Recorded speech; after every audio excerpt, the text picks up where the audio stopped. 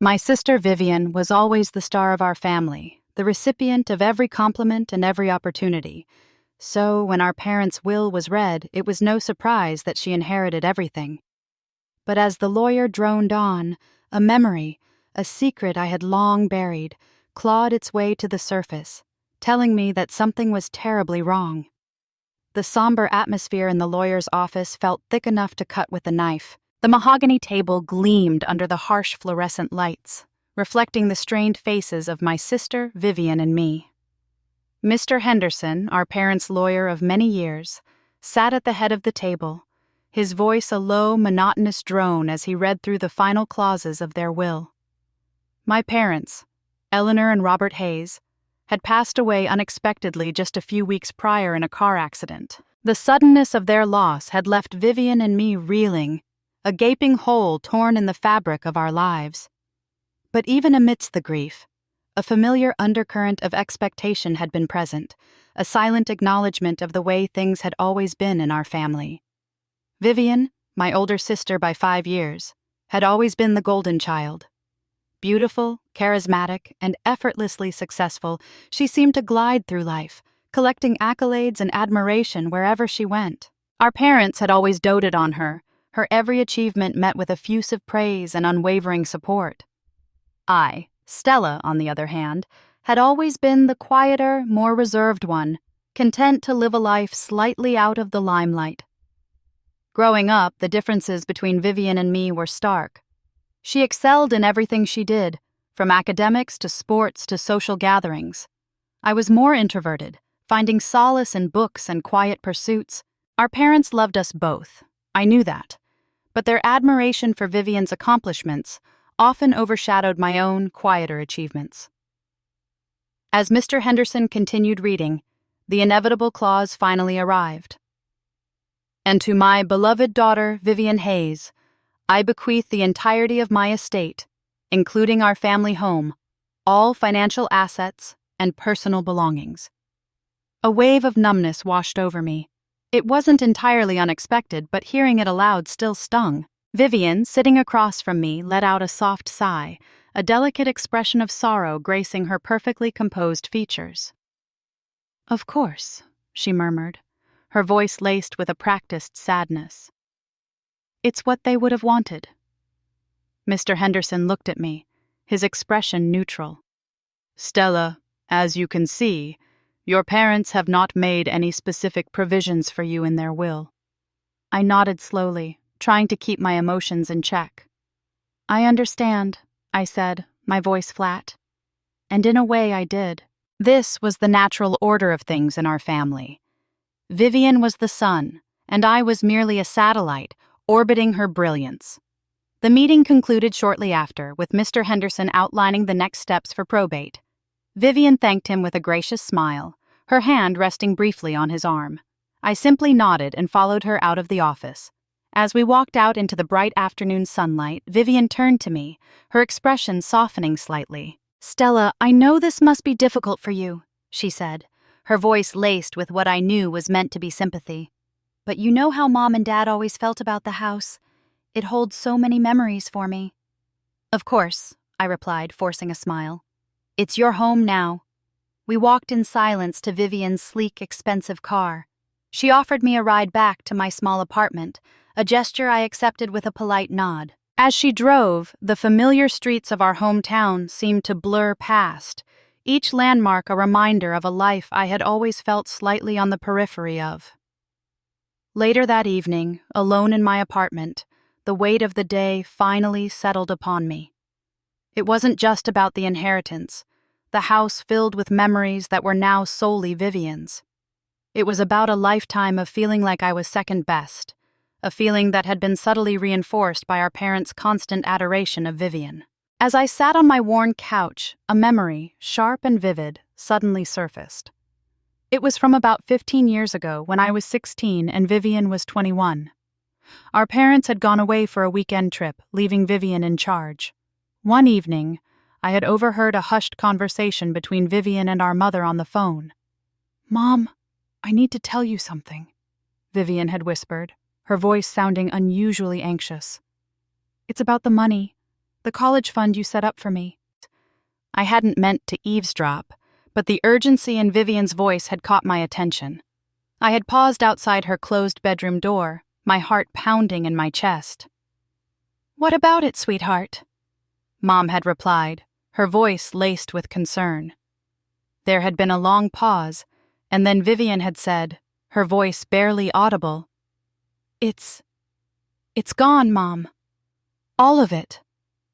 I had been shocked. Our parents had always been so careful with their finances, especially when it came to Vivian's education. I had strained my ears to hear Mom's response, but Vivian had lowered her voice even further. "I know, Mom, I know," Vivian had continued, her voice filled with distress. "I made a mistake, a really big mistake. Please don't tell Dad, he'll be so angry." The conversation had gone on for a while longer, filled with hushed reassurances from Mom and tearful apologies from Vivian. I hadn't heard the specifics of what had happened to the money, but the underlying message was clear. Vivian had done something irresponsible, something that had jeopardized her future, and Mom was helping her keep it a secret from Dad. The memory faded, leaving me with a knot of unease in my stomach. I had almost forgotten about that conversation, dismissing it over the years as a teenage indiscretion. But now, in the context of the will, it took on a new significance. Our parents had always presented a united front, a picture of unwavering support for both of us. But that phone call suggested a hidden dynamic, a secret they had kept from Dad, and perhaps from me as well. Over the next few weeks, Vivian busied herself with the daunting task of settling our parents' estate. She spent most of her time at the family home, sorting through their belongings, meeting with real estate agents, and making arrangements for the eventual sale of the property. I helped where I could, mostly with the more mundane tasks, feeling like an outsider in the very house I had grown up in. One afternoon, while we were packing up some old photo albums, I stumbled upon a small, locked wooden box tucked away in the back of our parents' closet. It was intricately carved and felt surprisingly heavy. "What's this?" I asked Vivian, holding up the box. Vivian glanced at it dismissively. "Oh, that old thing. I think it belonged to Grandma Hayes. Mom kept it for sentimental reasons, I guess." "Do you know what's inside?" I asked, turning the box over in my hands. Vivian shrugged. "Probably just old letters and trinkets. Mom never really talked about it." I tried to open it, but the lock was firmly in place. There was no key in the immediate vicinity. "Maybe the key is somewhere in Dad's desk?" I suggested. Vivian sighed impatiently. "Honestly, Stella, does it really matter? It's probably just junk. Let's just put it aside for now." Her dismissive attitude struck me as odd. Vivian was usually more curious about family heirlooms. There was a subtle edge in her voice, a hint of something I couldn't quite place. Later that night, the memory of Vivian's hushed phone conversation with Mom resurfaced again, this time with more intensity. What if that conversation wasn't just about a teenage mistake? What if it was about something more significant? Something that had impacted our parents' finances in a lasting way? A seed of suspicion began to sprout in my mind. Had Vivian's mistake been the reason why our parents hadn't left me anything in their will? Had she somehow depleted their assets, leaving nothing for me? It seemed far-fetched, but the memory of Mom's secrecy and Vivian's distress lingered. I decided to do some digging. I started by going through our parents' financial papers, which Vivian had gathered in a box in the study. It was a daunting task, filled with confusing jargon and endless statements. But as I meticulously reviewed the documents, a pattern began to emerge. There were significant withdrawals from our parents' savings accounts over the years, coinciding roughly with the time of Vivian's college years and the period following her graduation. These withdrawals seemed larger than what would typically be expected for tuition and living expenses. My suspicion grew. Had Vivian's mistake involved more than just her college fund? Had our parents been secretly bailing her out for years, depleting their resources in the process? I knew I needed more information. The locked wooden box in our parents' closet suddenly seemed more significant. What if it held the answers I was looking for? What if it contained a clue to the secret Vivian and Mom had shared all those years ago? The next time I was at the family home, helping Vivian sort through more of our parents' belongings, I made sure to discreetly slip the wooden box into my bag when she wasn't looking. Back in my apartment, I examined it more closely. The lock was small but sturdy. I tried a few paper clips, but they were no match for the mechanism. I knew I needed to find a way to open it without Vivian knowing. The thought of confronting her directly filled me with unease. I wanted to have solid evidence before I accused her of anything. The following day, I took the box to a local locksmith. He was an older man with kind eyes and a gentle demeanor.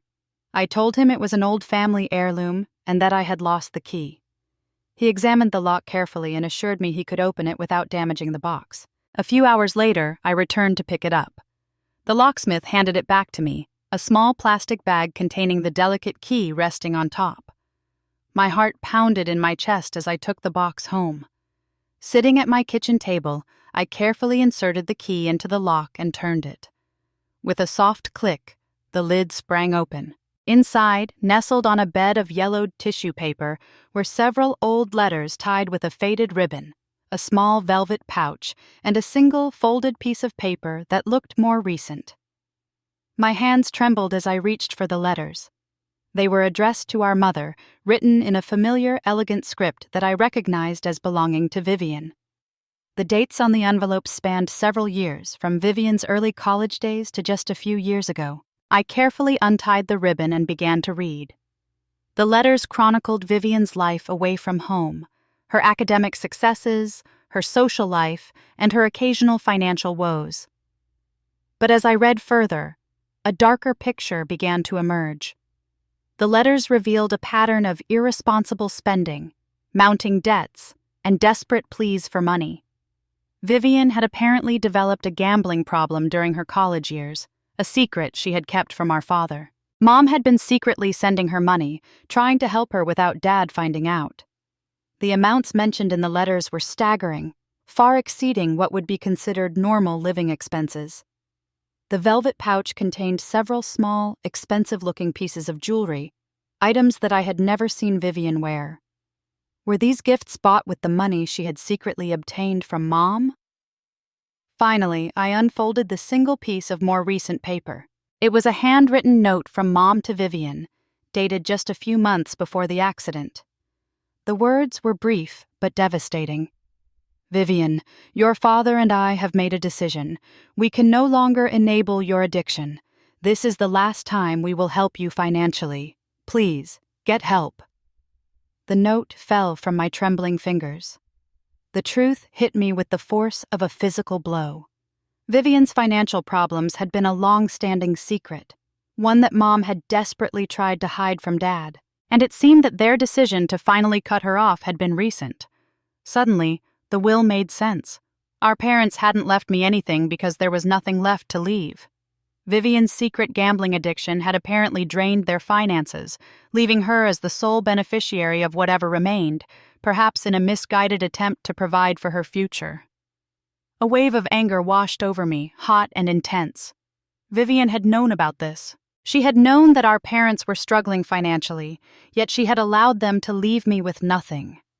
Her perfect facade crumbled in my mind, revealing a selfish and manipulative person beneath. I knew I couldn't let this stand. Our parents' memory deserved better.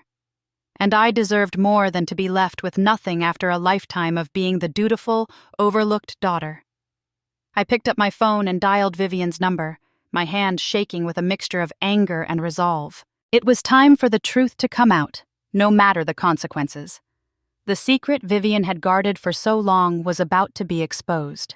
Vivian answered on the third ring, her voice sounding bright and almost cheerful. "Stella? What's up?" "Vivian, we need to talk," I said, my voice tight with suppressed anger. There was a brief pause. "About what?" she asked, a hint of caution entering her tone. "About Mom and Dad's will," I replied, my voice leaving no room for argument. "And about a few other things." "Can't it wait? I'm in the middle of something," she said, her voice dismissive. "No, Vivian, it can't wait," I insisted. "I'm coming over." I hung up before she could protest and grabbed the letters and the note from Mom. My hands were still shaking, but now it was with a sense of purpose rather than just anger. I needed answers, and Vivian owed me the truth. The drive to our family home felt longer than usual. The familiar streets seemed to mock me with their normalcy, a stark contrast to the turmoil churning inside me. When I arrived, Vivian opened the door, her expression a mixture of annoyance and apprehension. "Stella, what's going on?" she asked, stepping back to let me in. I walked into the living room, the space still filled with boxes and the ghosts of our parents' presence. I turned to face Vivian, holding up the letters. "I found these," I said, my voice steady despite the tremor in my hands.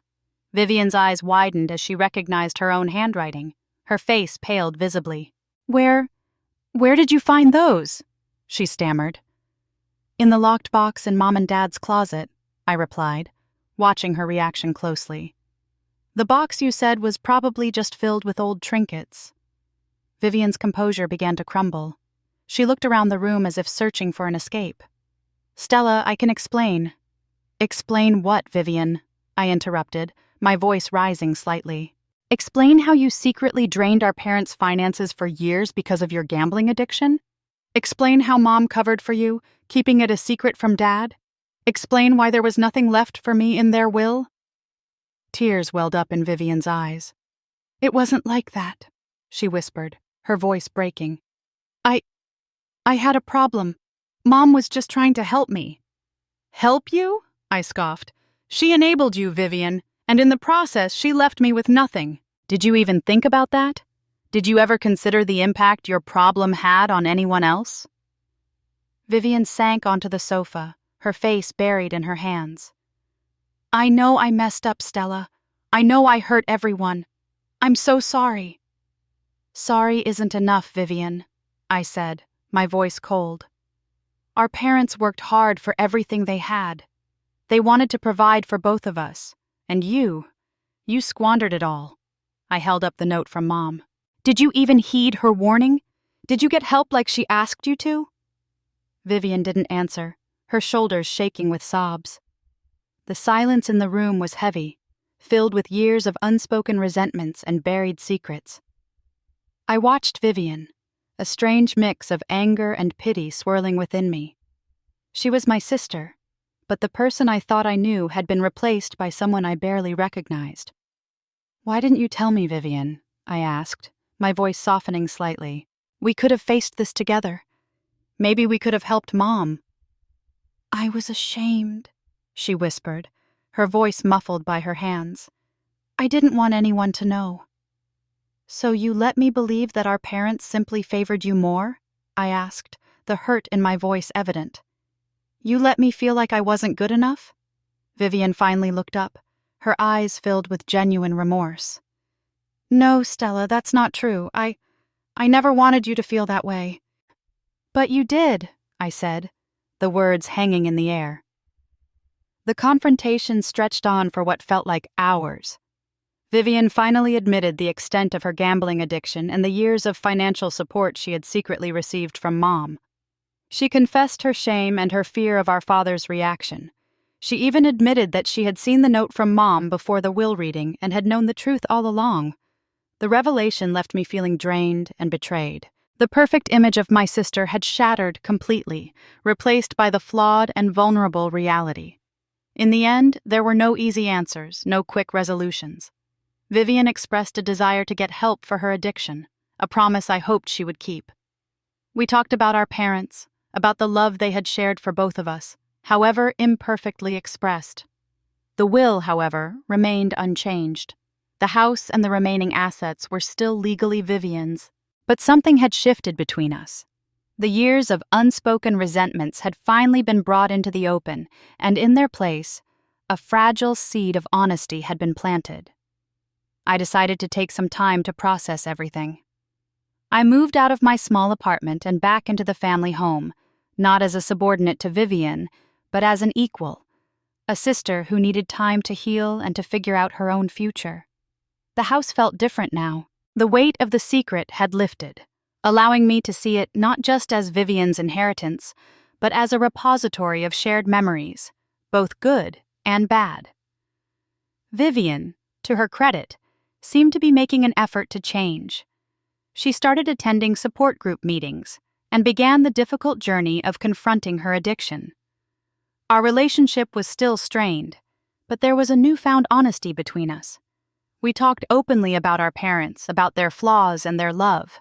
We started to see each other not just as siblings defined by our past, but as two women trying to navigate the complexities of life, each carrying their own burdens. The future remained uncertain. The financial implications of Vivian's addiction were significant, and the prospect of selling the family home loomed. But for the first time in a long time, I felt a sense of hope. The truth, however painful, had cleared the air, allowing for the possibility of healing and a new beginning. I started to focus on my own life, my own dreams. I dusted off my old writing notebooks, the ones I had neglected for years, and began to write again. It was a way to process my emotions, to make sense of the chaos that had unfolded, and to finally find my own voice. One evening, as Vivian and I were sitting in the living room, a comfortable silence settling between us for the first time in years, she turned to me, a small, genuine smile on her face. "Stella," she said softly, "thank you for making me face the truth." I nodded, a sense of peace washing over me. The road ahead would undoubtedly be challenging, but we would face it together, not as rivals, but as sisters, bound by a shared history and a fragile hope for a better future. The secret our parents had kept had ultimately brought us closer, in a way neither of us could have ever predicted. And as I looked around the familiar room, I knew that even though the inheritance hadn't been what I expected, I had gained something far more valuable: the truth and the possibility of a real relationship with my sister. The ending wasn't a fairy tale, but it felt real, honest, and full of the potential for healing and growth.